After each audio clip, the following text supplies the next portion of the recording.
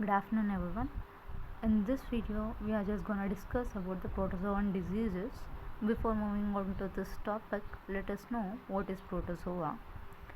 Usually protozoa are also called as first formed organisms, as proto means first and zoa means organism. This phylum of organisms were first discovered by Antony von Leeuwenhoek and he called them as animalculae.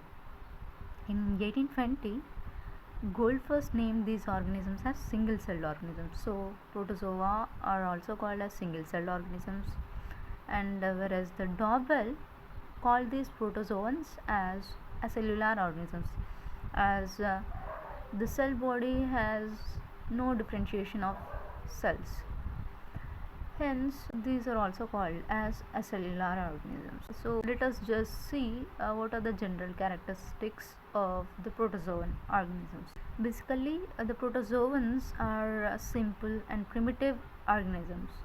They can be found everywhere in the world, like they can be found in soil, water, air, or on the animals, and even inside the animals as a parasites.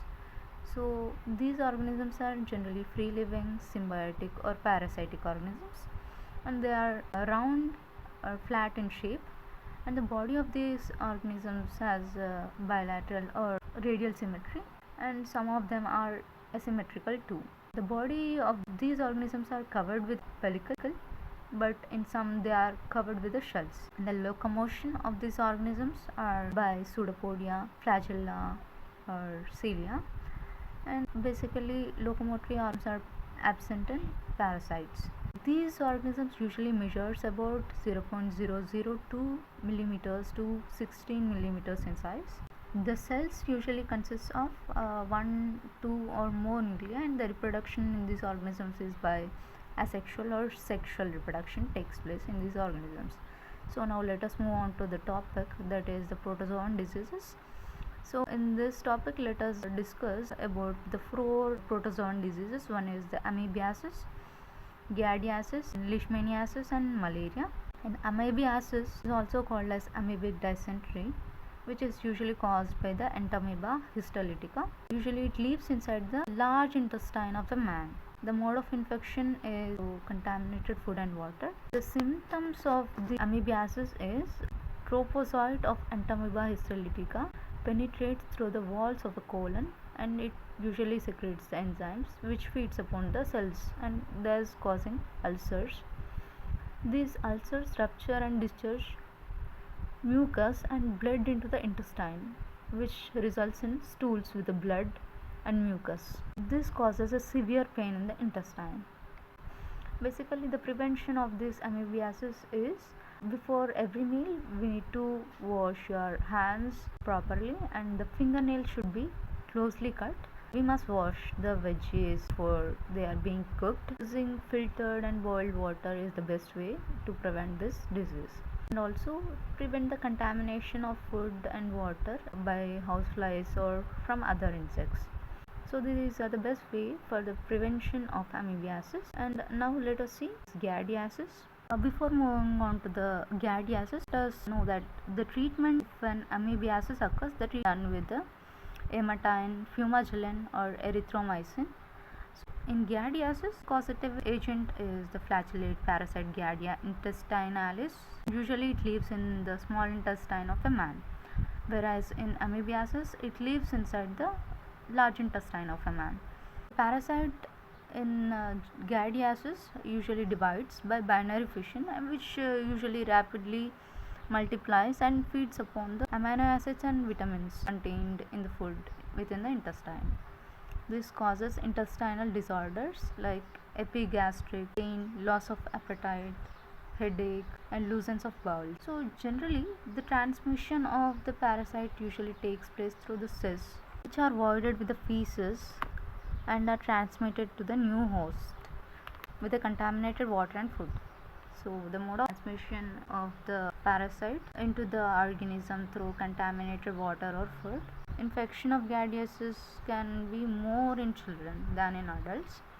Treated with the atibrin, chloroquine, acronil are the effective drugs which can be treated this Gardiasis. Now let us see the Leishmaniasis.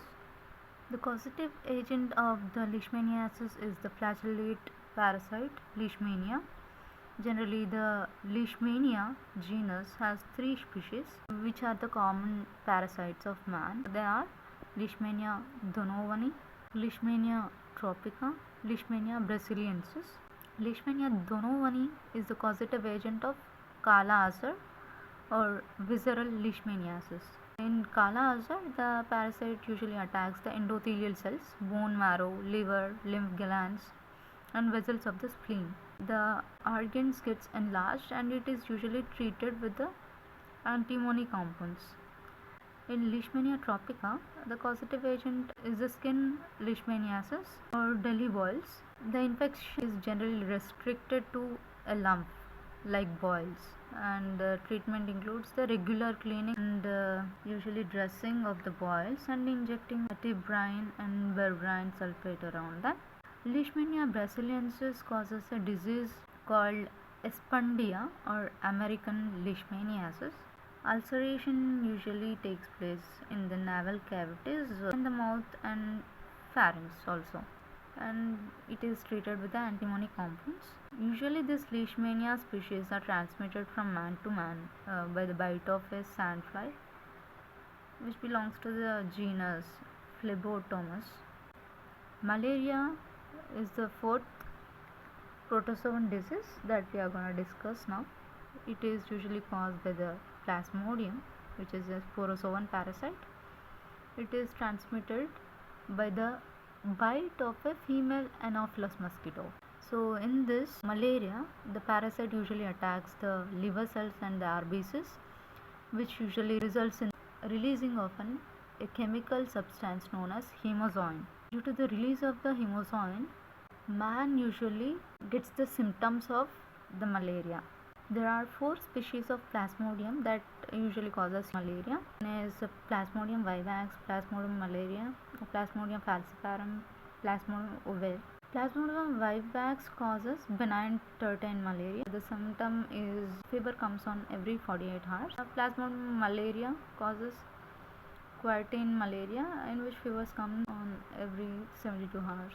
Plasmodium falciparum causes the malignant tertine malaria that usually fever more or less or continuous, and Plasmodium ovale causes mild tertine malaria, in which fever comes on every 48 hours.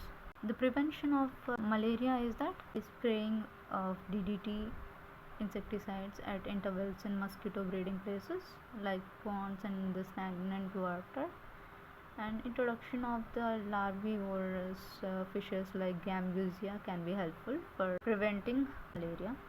The treatment of malaria can be done with the help of a quinine, chloroquine, azoquine, daraprim, or paludrime. So these are the 4 types of protozoan diseases and their causes, prevention, symptoms and treatment.